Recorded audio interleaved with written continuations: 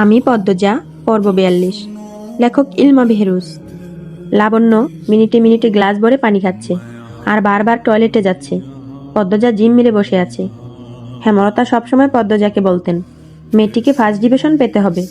পদ্মজার একবার মনে হচ্ছে সে ফার্স্ট ডিভিশন পাবে, আরেকবার মনে হচ্ছে সেকেন্ড ডিভিশনে চলে যাবে।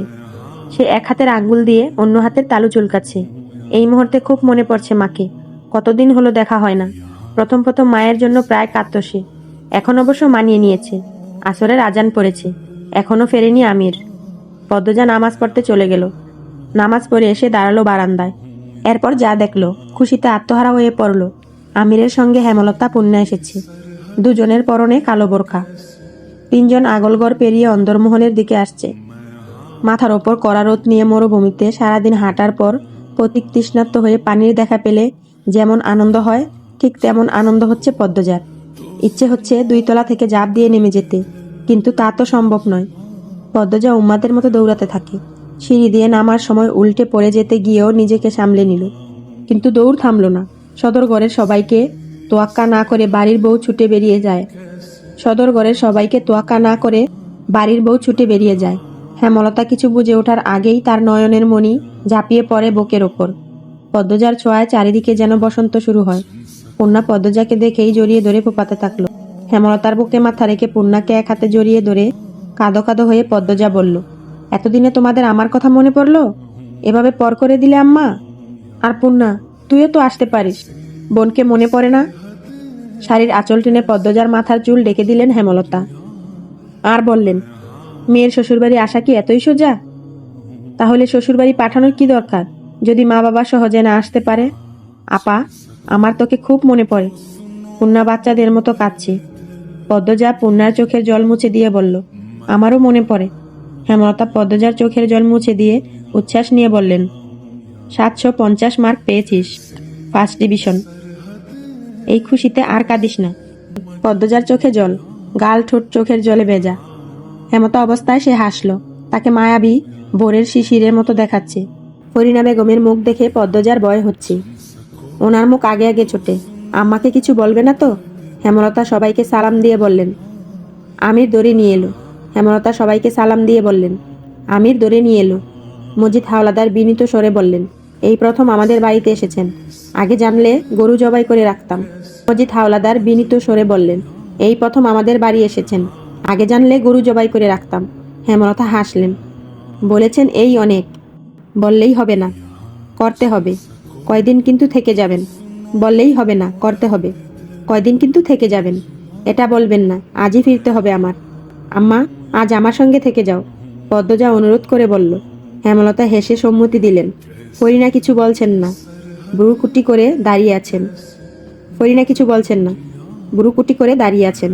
তিনি হেমলতাকে ভেতরে ভেতরে ভয় পান, যেন একবার তাকিয়েই ভেতরের সব দেখে ফেলতে পারে।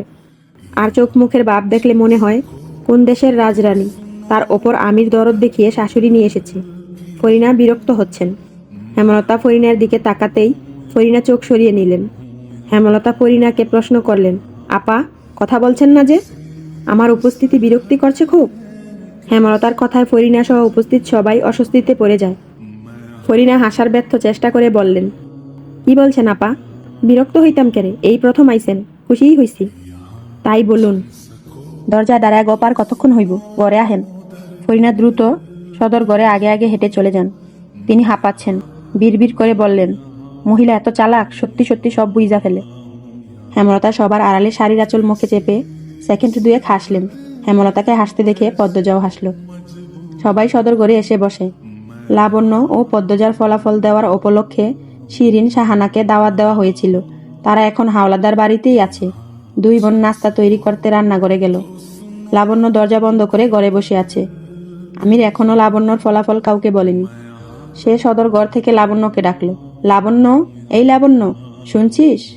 এদিকে আয়, আজ তোর খবর আছে। আমিরের কথা শুনে লাবণ্যর বুকের দুঃখফুকানি থেমে যায়। এখনই নিঃশ্বাস বন্ধ হয়ে যাবে অবস্থা। নিশ্চিত ফেল করেছে। লাবণ্য চিত হয়ে শুয়ে অপেক্ষা করতে থাকে কখন সে মারা যাবে। আমির আবার ডাকলো, বেরিয়ে আয় বলছি, নয়তো দরজা ভেঙে ঘরে ঢুকবো। তখন কিন্তু গায়ে মার বেশি পড়বে। লাবণ্য তড়িঘড়ি করে বিছানা থেকে নামে। গায়ের ওড়না ঠিক করে সদর ঘরে ঢুকতে ঢুকতে নামাজের সব সূরা পড়তে থাকে। আমির চেয়ার ছেড়ে দাঁড়াতেই লাবণ্য কেঁপে উঠল। কাঁদো কাঁদো হয়ে বলল, আগামী বছর মেট্রিক পাশ করাম, আল্লাহর কসম কইরা কইতাছি। এই বছরই তো পাশ করছিস, তাহলে আগামী বছর আবার মেট্রিক দিবি কেন? এই বছরই তো পাশ করছিস, তাহলে আগামী বছর আবার মেট্রিক দিবি কেন? লাবণ্য চকিতে তাকালো। তার মুখটা হা হয়ে যায়। লাবণ্যর মুখের ভঙ্গি দেখে সবাই হাসলো। লাবণ্য খুশিতে কেঁদে দিল। আমির লাবণ্যকে জড়িয়ে ধরে মাথায় হাত বুলিয়ে দিয়ে বলল, আর একটুর জন্য ফেল করিসনি। লাবণ্য হাসতে হাসতে কাঁদছে। লাবণ্যর পাগলামি দেখে আমিরও হাসছে। তখন সদর ঘরে প্রবেশ করল রেদওয়ান হাওলাদার। হেমলতা রেদওয়ানের দিকে অনুসন্ধানী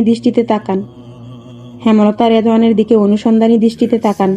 হেমলতার চোখে চোখ পড়তেই রেদওয়ান বিব্রত হয়ে উঠল, সরিয়ে নিল চোখ। একটু পর পর আর চোখে তাকিয়ে দেখে হেমলতা তখনও তীক্ষ্ণ দৃষ্টি মেলে তাকিয়ে আছেন। রেদওয়ান ঘর ছেড়ে বেরিয়ে গেল।